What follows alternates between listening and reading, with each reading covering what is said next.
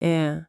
Imagine só o corpo falhando, os laços sociais desaparecendo um por um e, tipo, a dieta diária se resumindo a, literalmente, comer cinzas. Nossa, é uma imagem pesadíssima, né? Muito pesada. É uma sensação sufocante de que a vida está escorrendo pelos dedos e de que o próprio Criador virou as costas. E esse é, na verdade, o cenário exato, bem visceral e angustiante que a gente encontra documentado em um texto milenar que vamos investigar hoje. Exatamente. E justamente por a gente entrar num território tão intenso, tão profundo, para iniciar a nossa imersão de hoje, eu gostaria de receber cada pessoa que está ouvindo com uma bênção, Acho isso fundamental. né? Que a paz, a graça e o conforto de Deus acompanhem o dia e a semana de cada um. E que, independentemente de onde a vida se encontre neste exato momento, ou das batalhas silenciosas que estejam sendo travadas, haja uma sensação real, sabe, quase palpável de acolhimento divino ao redor de quem nos ouve. Amém. É um privilégio imenso compartilhar este tempo de estudo e essa bênção inicial é o fundamento perfeito para o que a gente vai explorar. A gente precisa muito dessa âncora antes de mergulhar num mar tão denso. Sem dúvida. Porque, olha, normalmente, quando a gente pensa em textos do mundo antigo, existe uma tendência de esperar algo distante, um pouco acadêmico, ou, digamos assim, higienizado pela história. É como se fosse só literatura fria. Isso. Mas as nossas fontes de hoje são incrivelmente cruas. Nós trouxemos para a mesa o Salmo 102 e para nos guiar nessa leitura, nós estamos apoiados pelas notas riquíssimas da Bíblia de Estudo Nova Almeida Atualizada, a ANA, e também pelo brilhante e detalhado comentário bíblico de Allen P. Ross. Duas fontes fantásticas, diga-se de passagem. Com certeza. Certo, então vamos desempacotar isso. A nossa missão neste estudo não é apenas ler um documento histórico tipo quem lê um artigo de enciclopédia. Até porque não faria sentido ler dessa forma. Não mesmo. O próprio título original do Salmo já nos entrega a planta baixa do terreno que vamos pisar. Ele diz, e eu cito, oração de um aflito que, desfalecido, derrama sua queixa diante do Senhor. Sabe, esse título é algo muito singular na literatura bíblica. A grande maioria dos salmos traz, tipo, notas musicais, instruções para o mestre de canto, ou até o nome do autor, como Davi, Asaf. Sim, a gente sempre vê isso. Pois é. Este, no entanto, nos dá uma condição humana nua e crua. Não importa o nome do autor, importa o estado da alma dele. Oração de um aflito. Então, nós queremos entender como uma pessoa em desespero profundo, alguém que sente que o tempo está se esgotando rapidamente, consegue, sabe, no meio dessa tempestade, encontrar algum tipo de alívio na eternidade de Deus. É uma jornada e tanto. Então como a gente entra nessa mente? Como essa dor se desenrola na prática, de acordo com o texto? Olha, o que é fascinante aqui é o contexto literário e emocional que as fontes nos apresentam. A gente está diante de um lamento pessoal clássico. Quem tem o hábito de ler os Salmos 22, 69 ou 79... Aqueles salmos bem de choro mesmo, né? Isso. Esses vão identificar ecos muito familiares de dor aqui. Mas o Salmo 102 possui uma arquitetura psicológica e teológica única. Como assim? Única? É que ele começa na mais sombria agonia individual, sabe? Trancado naquele quarto escuro, do sofrimento de uma única pessoa. E, através de um processo surpreendente, ele transcende esse indivíduo. Ah, entendi. A dor singular se expande até se tornar um pilar gigantesco de esperança para toda uma nação, e até para gerações que ainda nem respiraram. É uma jornada que vai da dor mais isolada possível para a redenção comunitária mais grandiosa. Nossa, isso me deixa bem intrigada. Porque os primeiros 11 versos, olha, eles não economizam no peso das palavras. Há uma urgência quase desesperadora ali. Urgência total. O texto já começa com um imploro, tipo, ouve a minha súplica. E não há tempo para polidez, a pessoa já emenda com um responde-me depressa. Sim, ele tá com pressa, a dor não espera. Exato, há um pedido angustiado para que Deus não esconda o seu rosto. É a linguagem de alguém que está no limite do limite humano. Precisamente. E o comentário de Allen P. Ross é cirúrgico ao apontar como o sofrimento emocional transcende a mente e invade brutalmente a biologia dessa pessoa. O corpo sofre junto. Muito. O corpo do salmista está registrando a fatura da dor da alma. Ele descreve, por exemplo, os dias desaparecendo como fumaça. Pensemos na física da fumaça, né? É algo instável. É algo que parece ter volume por um segundo, mas que se dissipa no ar, sem substância, impossível de agarrar ou de segurar. A vida dele está simplesmente evaporando. E a descrição física piora, né? Porque o texto fala de ossos queimando como se estivessem em uma fornalha, o coração está seco, ressecado como a relva cortada sob um sol escaldante, a ponto de a pessoa literalmente esquecer de comer. É de uma crueza impressionante. Lendo isso, parece uma descrição clínica impressionante do que, no vocabulário de hoje, nós chamaríamos de um quadro depressivo profundo, ou talvez um episódio severo de estresse pós-traumático crônico, sabe? Com certeza, tem todos os sintomas ali descritos. A perda de apetite, a exaustão que gera gemidos constantes e aquela imagem terrível dos ossos que se apegam à pele por causa da desnutrição extrema. Pois é, o texto bíblico não faz nenhum esforço para higienizar ou romantizar a dor. E eu acho que isso levanta uma questão essencial sobre a forma como lidamos com o sofrimento na atualidade. Sem dúvida. O salmista está relatando uma falência múltipla de suas forças internas. E como frequentemente acontece quando a dor física e emocional atingem esse nível de cronicidade, o próximo estágio é o colapso social. O isolamento entra em cena. O isolamento absoluto. Sim, e as metáforas que ele usa nos versos 6 e 7 são devastadoras para descrever esse isolamento. Ele se compara a 3 aves diferentes, né? O pelicano no deserto, a coruja das ruínas e o passarinho solitário no telhado. 3 imagens muito fortes. Muito. Eu fiquei mastigando essas imagens. Sabe, na nossa rotina moderna, a gente não costuma cruzar com pelicanas no deserto. Seria meio estranho, né? Seria bizarro, mas a genialidade dessa poesia é que ela traduz perfeitamente a sensação contemporânea de estar invisível. Pensa comigo, é como estar caminhando no centro de uma metrópole gigantesca, cercado por milhares de pessoas no metrô. Aquela multidão toda, mas você está só. Exatamente. Ou até mesmo sentado no telhado da própria casa, no próprio bairro, e ainda assim se sentir completamente cortado do mundo. É a solidão no meio da multidão. Quanto se está preso dentro das próprias ruínas emocionais. Uau! Essa transposição para os dias de hoje captura a essência da metáfora de um jeito perfeito. O sentimento relatado não é só o de ausência de companhia.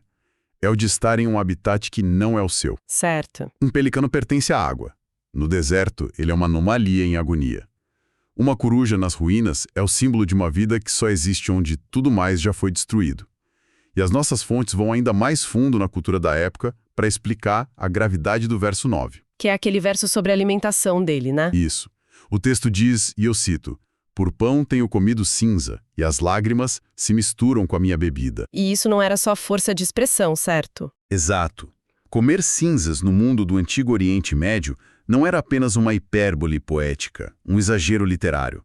Era o símbolo supremo, o ritual mais tangível e físico do luto profundo. Eles faziam isso de verdade. Sim.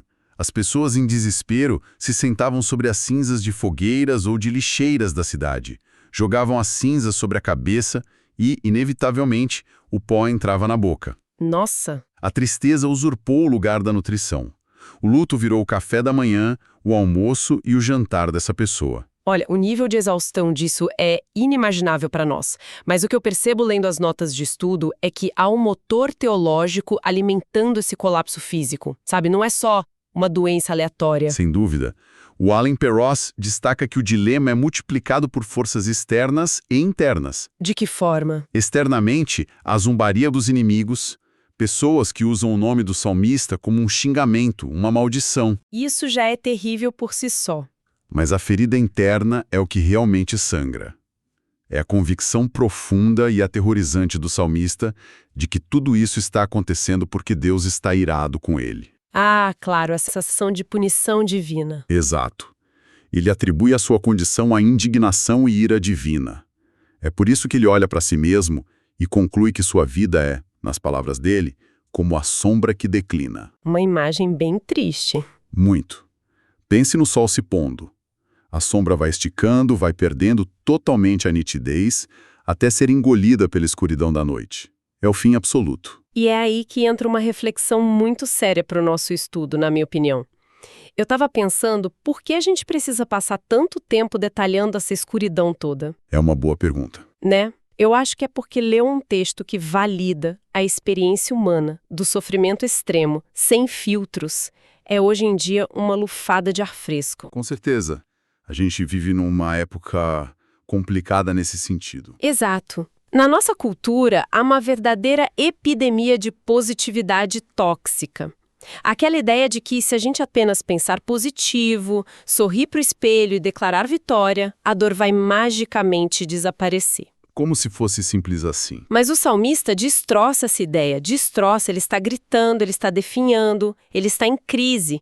Há um espaço garantido e, eu diria, sagrado nas escrituras para a dor crua, sem edição e sem resoluções mágicas de 5 minutos. E essa validação, por incrível que pareça, é paradoxalmente libertadora. Sim, tira um peso das costas. Porque o lamento, na tradição bíblica, é em si mesmo uma forma robusta de fé.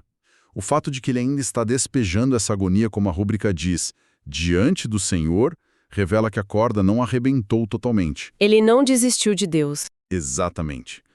Ele ainda sabe que há um interlocutor.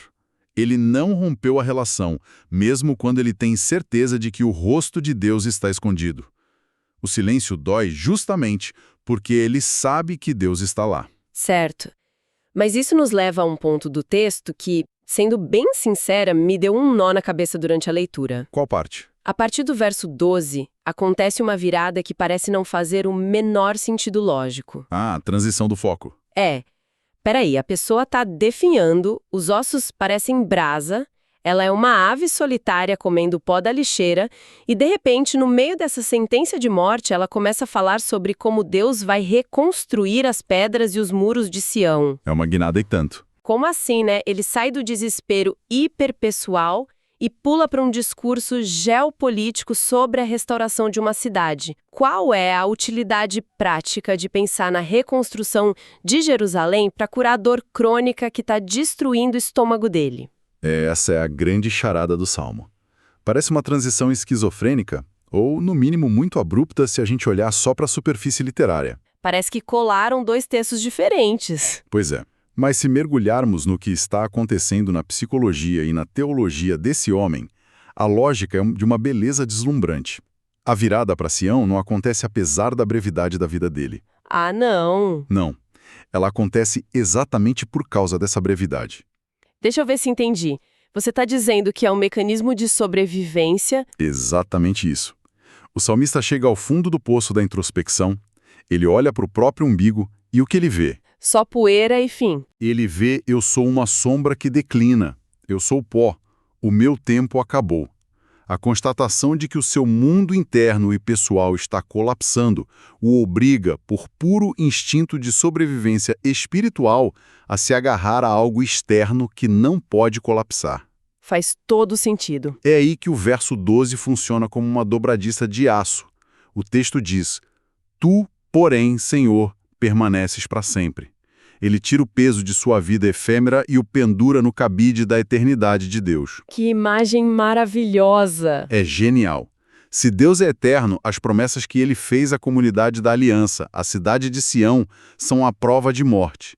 A nação vai sobreviver, mesmo que o indivíduo não sobreviva. É uma mudança de perspectiva brutal, mas necessária. Ele basicamente diz: a minha história está acabando, então eu preciso me inserir com urgência em uma história que não acaba. Perfeito, é exatamente isso. As fontes até mencionam aquele detalhe belíssimo de que os servos de Deus têm compaixão das pedras e amam o pó de Sião.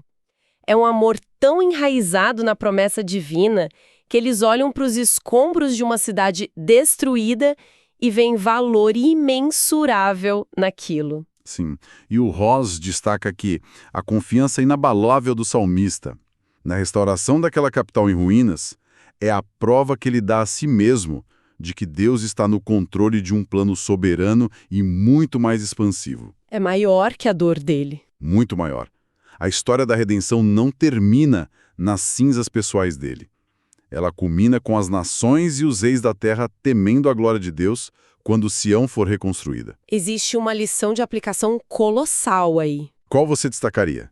Que quando a dor nos atinge em cheio, o instinto humano padrão é a hiperintrospecção. A gente se debruça sobre a própria ferida, a gente disseca nossos traumas, faz planinhas dos nossos sentimentos ruins, até a exaustão total. A gente se fecha do nosso próprio mundo desmoronando. Isso. Mas o que esse texto antigo nos propõe é que o verdadeiro respiro, muitas vezes, não vem de cavar mais fundo dentro de si mesmo. Vem de levantar a cabeça, sabe? Olhar para o horizonte da soberania divina e reconhecer o nosso lugar na comunidade. Sair de si para encontrar cura. Exatamente. Saber que somos parte de um povo, um fio em uma tapeçaria redentora vasta, que não depende da nossa força para continuar sendo tecida. Lindo. E não é que Deus esqueça do indivíduo por causa do plano maior, tá? Importante frisar isso. O verso 17 faz questão de dizer que Deus atenderá à oração do desamparado.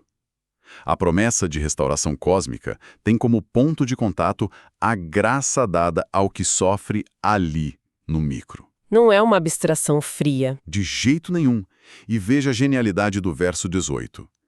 Isto ficará registrado para as gerações futuras. Ah, esse verso é de arrepiar. Aquele sofrimento invisível, no quarto escuro, agora ganha um propósito monumental. O lamento registrado de uma pessoa quebrada se transforma no manual oficial de esperança para seres humanos que ainda nem foram gerados. Que legado, né? Total. A dor ganha sentido porque se torna um documento histórico do amor redentor de Deus. Olha, é muito reconfortante saber que o sofrimento não é um desperdício inútil de energia emocional. Mas avançando para a terceira e última seção do Salmo, dos versos 23 a 28, a gente percebe que essa injeção de esperança geopolítica e eterna não serviu como uma anestesia geral, digamos assim. O problema prático continuava ali. Sim, ele ainda habita um corpo doente. A fraqueza física se impõe novamente no texto. A realidade é teimosa, né? Ter uma revelação grandiosa da eternidade não cancela a biologia da mortalidade humana, pelo menos não deste lado da eternidade. Exato. Ele volta à queixa e diz: Ele me abateu à força no caminho e abreviou os meus dias. E ele faz um pedido quase infantil, de tão sincero. Ele fala: meu Deus, não me leves na metade da minha vida. É comovente. Muito. E aqui nós temos o contraste supremo do estudo, né? A vida deles cortada tragicamente pela metade versus os anos de Deus que se estendem e atravessam todas as gerações intactos. Esse contraste não é só o clímax emocional.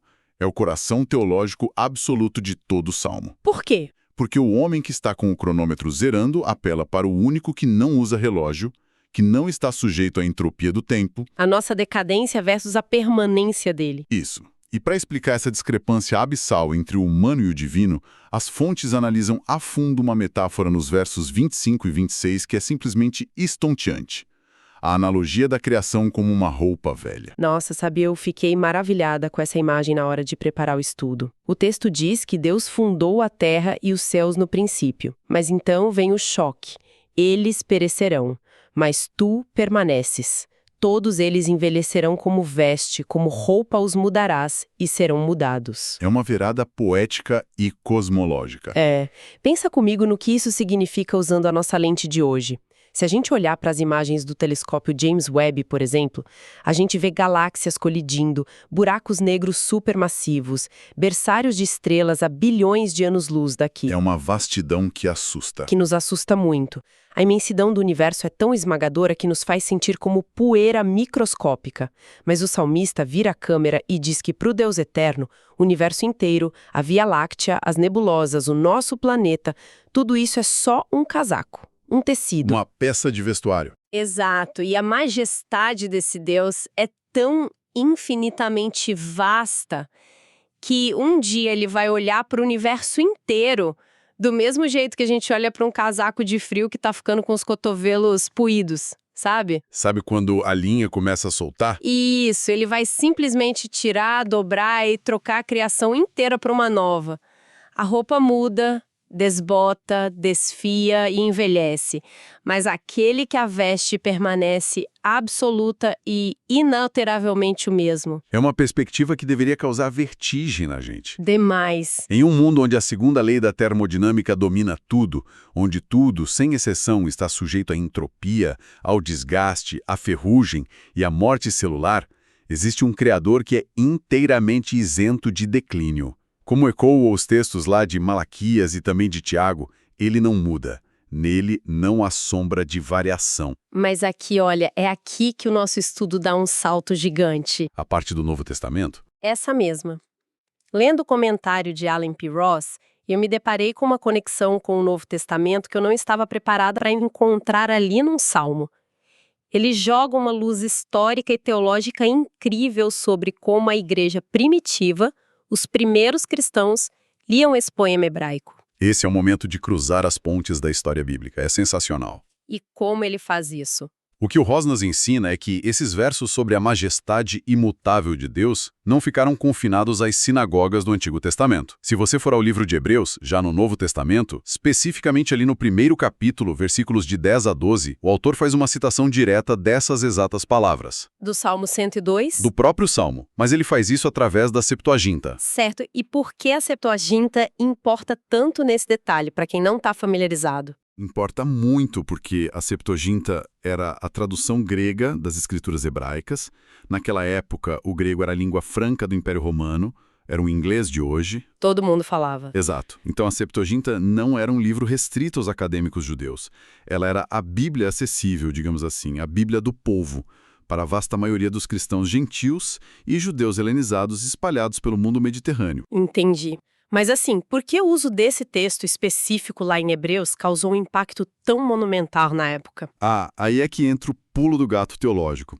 Porque o autor de Hebreus comete o que, para um judeu ortodoxo, pareceria a maior das heresias imagináveis, se não fosse verdade, claro. O que ele faz? Ele pega toda essa descrição assombrosa do Senhor Yahweh, o Deus Criador que troca galáxias como quem troca de roupa, e aplica isso de forma direta, incondicional e literal a Jesus de Nazaré. Nossa. Pera, se a gente pensar no contexto histórico, eles estão pegando o atributo mais exclusivo de um Deus inalcançável e aplicando a um homem que, pouco tempo antes, andou poeirento pela Galileia e foi executado numa cruz romana. Exatamente isso. Isso é uma redefinição sísmica da realidade para eles. Completamente. E é por isso que Hebreus 1 é considerado uma das defesas mais contundentes e irrefutáveis da divindade de Cristo em todas as Escrituras. Não tem margem para dúvida ali. Nenhuma. O texto não diz que Jesus foi apenas um profeta iluminado ou um grande líder moral. Ele o identifica como o sustentador do cosmos em pessoa. É de explodir a cabeça. E isso gera um paradoxo magnífico, sabe? O mesmo Jesus que suou sangue no Getsemane, que experimentou o abandono dos amigos, a zombaria, a sede brutal e a dor física da asfixia na cruz. Ou seja, experimentando em primeira mão as agonias literais dos primeiros versos desse Salmo 102. Perfeito. Ele é o mesmo Senhor eterno louvado nos últimos versos do Salmo. Ele entrou na nossa roupa rasgada do sofrimento temporário, mas ele próprio é o Deus inalterável cujos anos jamais terão fim. Olha, isso é de arrepiar. De verdade, muda completamente a forma de ler o lamento inteiro. O homem que chora no escuro do Antigo Testamento está descrevendo, sem saber, a majestade daquele que séculos depois se encarnaria para chorar a nossa dor pessoalmente. E é justamente por causa dessa âncora dupla, né? A empatia de Cristo no sofrimento e a imutabilidade dele como Criador, que o Salmo não termina em poeira. O verso 28 entrega a promessa que amarra tudo. O que ele diz no finalzinho? O texto conclui declarando: os filhos dos teus servos habitarão seguros e diante de ti se estabelecerá a sua descendência. Uma promessa de continuidade. Exato. E qual é a lógica final dessa jornada toda? Se Deus não envelhece, se os seus decretos não caducam como leis humanas, a posteridade daqueles que confiam nele tem o futuro absolutamente garantido. Mesmo que o indivíduo ali morra. Sim, O aflito pode não ser curado no dia seguinte. Ele pode de fato fechar os olhos na metade da vida.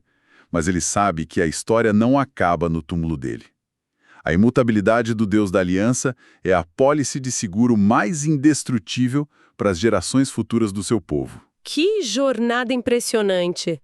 Nós fomos da dieta de cinzas e do passarinho isolado lá no telhado até a segurança inabalável diante do trono eterno do universo. É uma obra-prima de realismo e fé.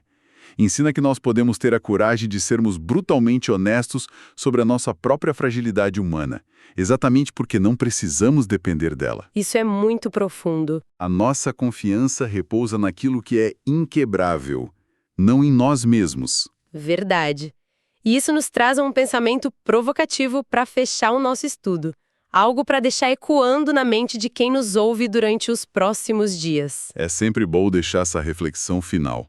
Nós vimos que o salmista, na hora de maior pânico existencial dele, encontrou paz não por tentar esticar o próprio tempo a todo custo, mas por descansar na natureza eterna de Deus. Ele aceitou o limite dele e olhou para o ilimitado. Isso.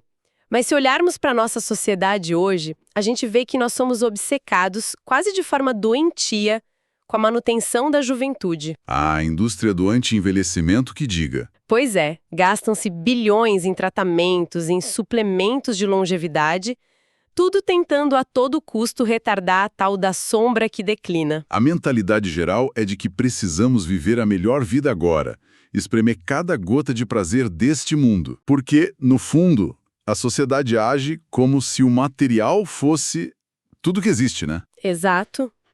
É uma busca exaustiva por uma ilusão de permanência em um mundo de, usando a nossa metáfora de hoje, em um mundo de roupas velhas. Costurando remendos num tecido que vai ser jogado fora.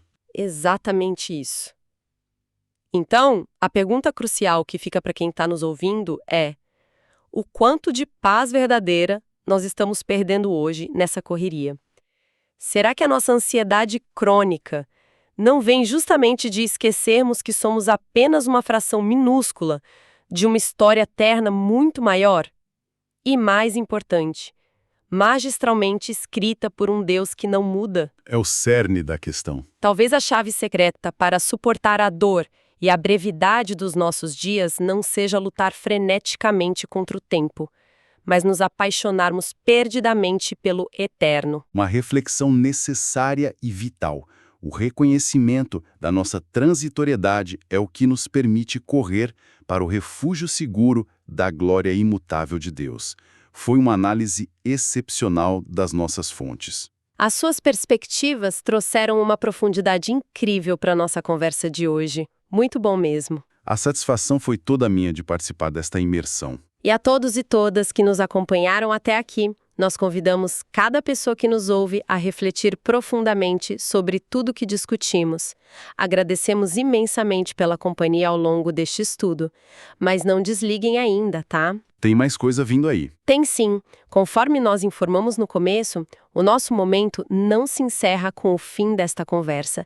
Em seguida, o nosso áudio continuará com um belíssimo louvor musical que foi inspirado e construído exatamente sobre as verdades deste Salmo 102 que acabamos de explorar. É a transição ideal, sabe, para transformar todo esse conhecimento intelectual que a gente debateu em adoração real. Com certeza!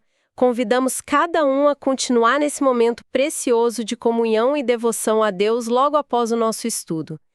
Deixem que a melodia e as letras dessa música ajudem a enraizar a esperança e a paz lá no fundo de seus corações. Que a paz do Salmo preencha a todos. Que assim seja. Que a eternidade e a imutabilidade do nosso Criador sejam a âncora firme da alma de cada um durante todos os desafios desta semana. Fiquem agora com o louvor. Que Deus abençoe rica e abundantemente os seus dias e até a próxima imersão. Ouve, Senhor, a minha oração e chegue a ti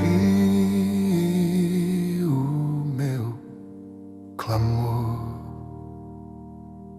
Não escondas de mim o teu rosto no dia da minha angústia e da minha dor. Inclina para mim os teus ouvidos no dia em que eu clamar. Responde-me depressa.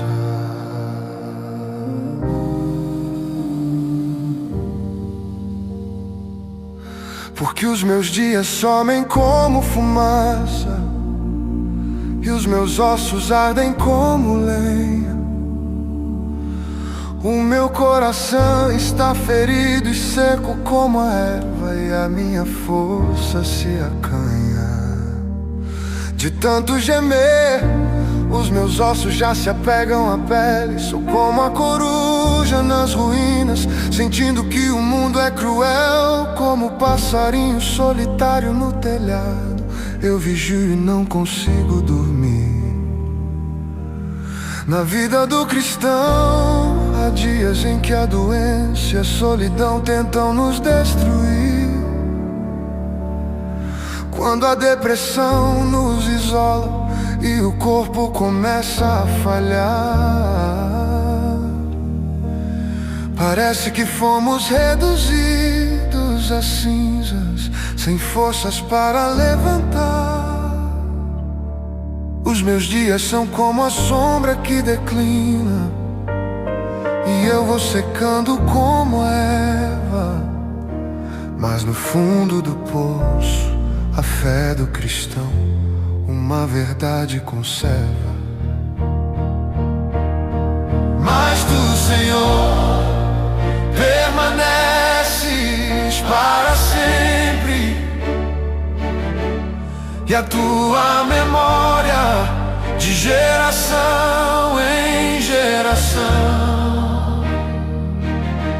Tu te levantarás e terás piedade de Sião, pois já é tempo de te compadeceres dela, de estenderes a tua mão.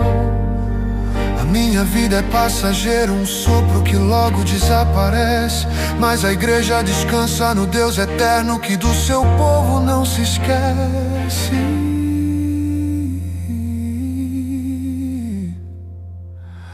Ele atendeu a oração do desamparado, não desprezou a sua petição.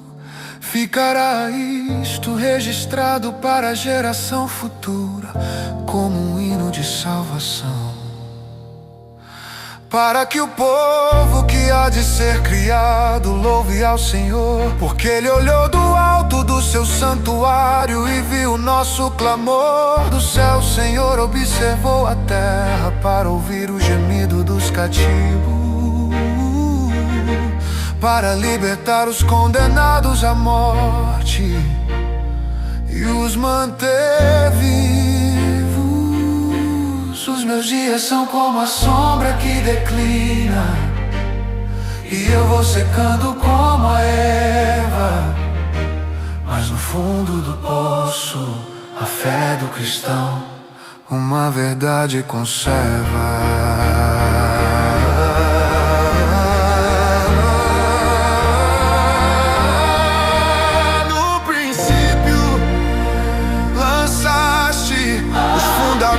Da terra e os céus são obra das tuas mãos. Eles perecerão, mas tu permaneces. Jesus. Todos eles envelhecerão como uma roupa, como um manto os trocarás. Mas tu és o mesmo e os teus anos não terão fim. A tua glória não passará. A minha saúde pode acabar, o meu corpo pode voltar ao pó, mas o Cristo que me comprou na cruz nunca me deixará só. Mas tu, Senhor, permaneces para sempre. Os filhos dos teus servos habitarão seguros, e a sua descendência será firmada diante de ti. O passarinho solitário encontrou o eterno aqui. A fumaça do meu sofrimento se dissipa na tua luz.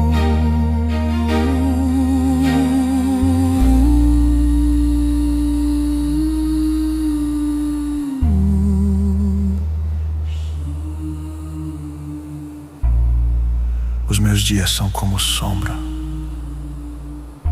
mas tu és o mesmo. Os teus anos não terão fim. Estou seguro em ti.